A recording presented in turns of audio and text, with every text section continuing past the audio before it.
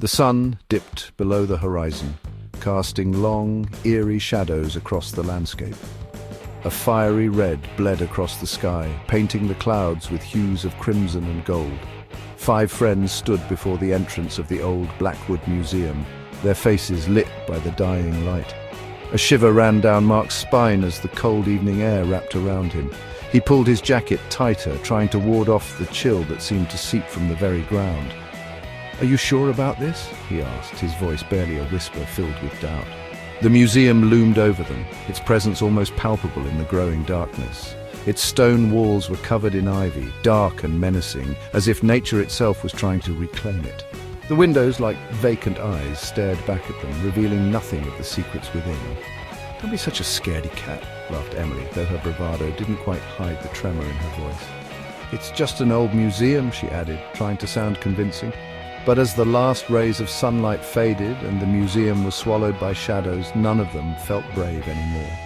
They were about to enter a place where time stood still and shadows whispered secrets best left unheard, a place where the past and present seemed to merge. The heavy oak doors creaked open as if the building itself was sighing. A blast of cold air hit them, sending another shiver down their spines.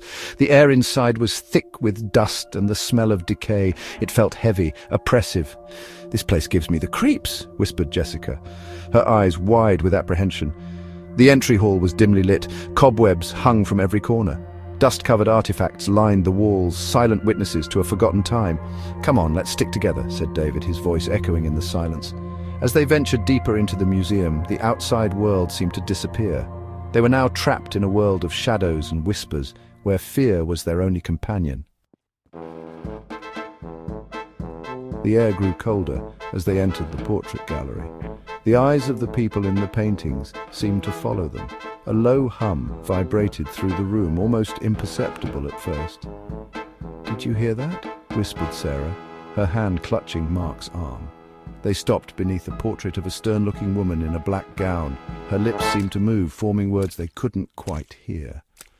The hum grew louder and the whispers became clearer. "Get out while you still can," the paintings seemed to say. Panic flickered in their eyes. The portraits, no longer mere paintings, seemed to pulsate with a life of their own. Each brushstroke oozed with malice, each gaze a threat. They had stumbled into something sinister, something far beyond their understanding. They rushed towards the exit, their hearts pounding in their chests. But the heavy oak doors were no longer there. In their place was a solid wall. Panic seized them, cold and sharp. "We're locked in!" screamed Emily, her voice echoing through the silent museum. "We need to find another way out," said David, trying to maintain his composure.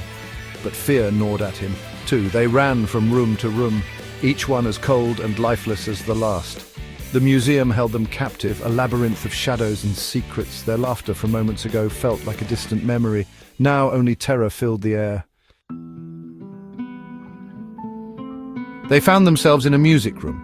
A grand piano sat in the center, its ebony surface gleaming in the dim light. A single sheet of music rested on the stand. "What's this?" asked Jessica, her voice trembling. Mark picked up the sheet.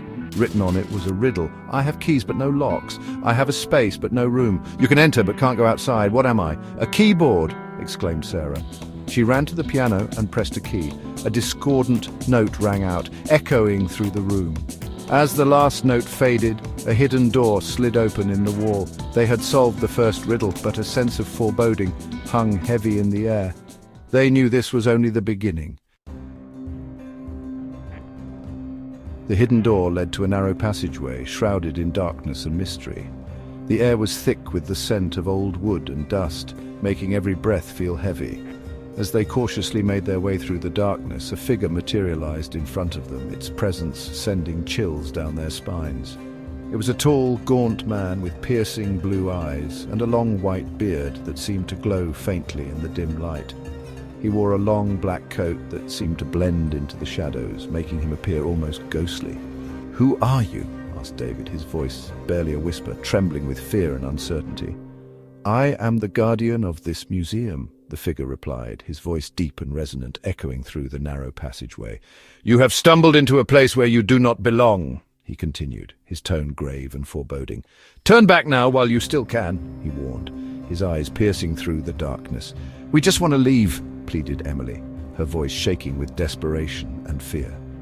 The guardian shook his head slowly, a look of sorrow and determination in his eyes.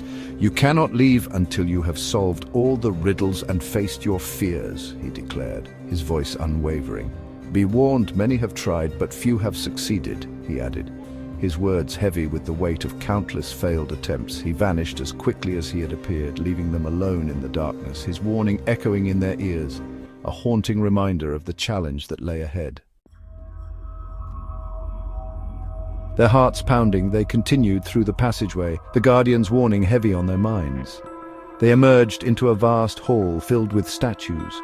Moonlight streamed through the high windows, casting long, eerie shadows. Suddenly, the statues began to move. Their stone eyes glowed with an eerie light. They lunged at the terrified teenagers, their stone arms reaching out to grab them. "Run!" screamed Mark, and they scattered in all directions. They dodged and weaved, trying to avoid the grasping hands of the statues. The air was filled with the sound of scraping stone and their own terrified screams. They finally managed to escape the hall of statues, their hearts pounding in their chests. The eerie silence of the hall was replaced by the sound of their hurried footsteps echoing off the walls. They found themselves back in the entry hall, the familiar yet unsettling surroundings making them shiver. The air was thick with the weight of their ordeal. The first rays of dawn were just beginning to pierce through the cracks in the boarded-up windows, casting long shadows that danced eerily on the floor. The front doors stood open, a beacon of hope in the pre-dawn light. They didn't hesitate, their instincts driving them forward. They ran out of the museum and into the fresh morning air, gasping for breath. The cool breeze felt like a balm to their frayed nerves. They had escaped the haunted museum, but they knew they would never be the same. The experience had left an indelible mark on their souls. As they turned to look back at the imposing building, a sense of dread washed over them. They saw the figure of the guardian standing in the doorway, his presence a stark reminder of the horrors they had faced. He watched them for a moment, a knowing smile on his lips, as if he knew something they didn't, before melting back into the shadows, leaving them with an uneasy feeling. The museum had released them for now. Its ominous presence loomed in the background, a silent threat, but they knew with a chilling certainty that it was watching them, waiting for their return. The sense of being watched would haunt them forever.